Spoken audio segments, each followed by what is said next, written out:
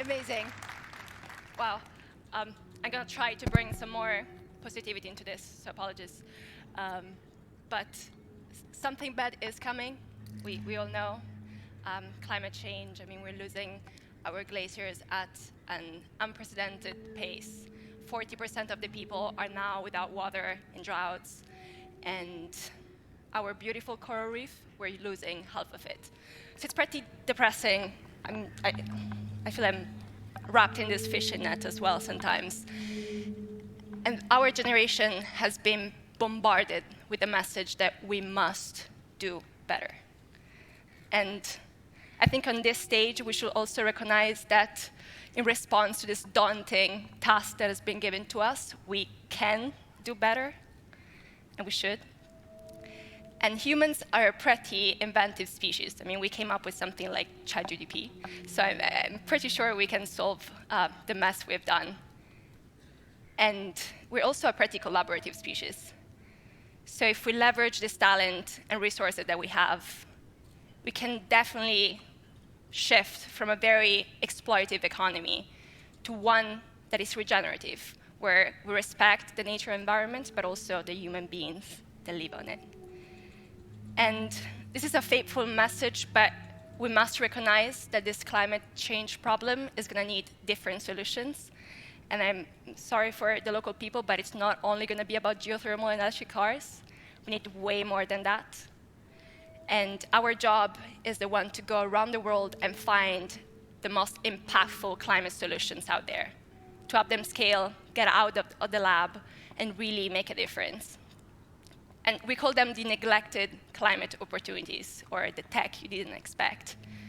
And these solutions are living in different parts of the world. I mean, we have farmers that want to protect their soils. We have young scientists that want to make an impact. And our job is to go find them, help them scale, and make them into reality. And I'm going to give you some examples of maybe what we see and what we have. And I'm going to start with rocks.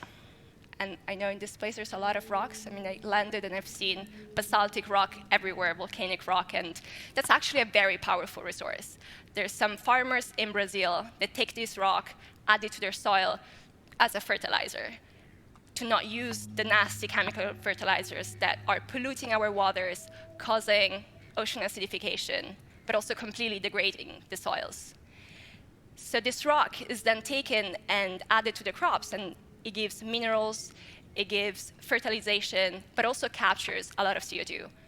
And there's a couple of locations around the world where we have enough rock where we can capture and mineralize all humans' emissions. So this is a powerful solution. But maybe less exotic, going from Brazil to Colorado, one of the mining state capitals of the world, we found a scientist that has a solution to make mining less polluting. And I think on this stage, we must appreciate that the transition to a green economy is going to require so much material. We're going to need 3 times more the copper that we produce today, 20 times more the nickel, and 40 times more the lithium. So this is a pretty big challenge toward our rapid race to decarbonization. And the scientists in Colorado has found a way to use a less polluting agent to mineralize the CO2 and get as many minerals outside the rock as possible. So we're backing her, and we hope she's really going to make a difference.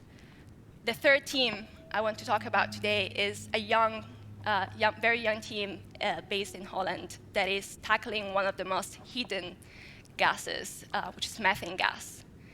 This is a very short-lived gas, but it's very hot. So it stays in the atmosphere for just a decade, but it's 43 times more polluting and warming than CO2. The methane comes from livestock, comes from landfills, comes from water, hydropower plants, and this team found a way to degas all the water, take the methane, and make it into electricity. We're backing this team as well, and we hope they're going to change the world. So we have a couple of climate heroes, and if you sometimes need some positivity out of the story, come to us. Ask your neighbor, what's your craziest climate idea? I'm sure they're going to give you some faith. But also, we must recognize that tech cannot do everything by itself. We need policymakers that back these solutions, that make them scale, that charge the people that are still polluting. We also need a workforce that is now trained for the new jobs that are going to be out there. And I think we finally need some new values of environmental justice, collaboration, and really diversity of the solutions we're having today. So climate change is there, something bad, but I think it's nice to think that we can do better. Thank you.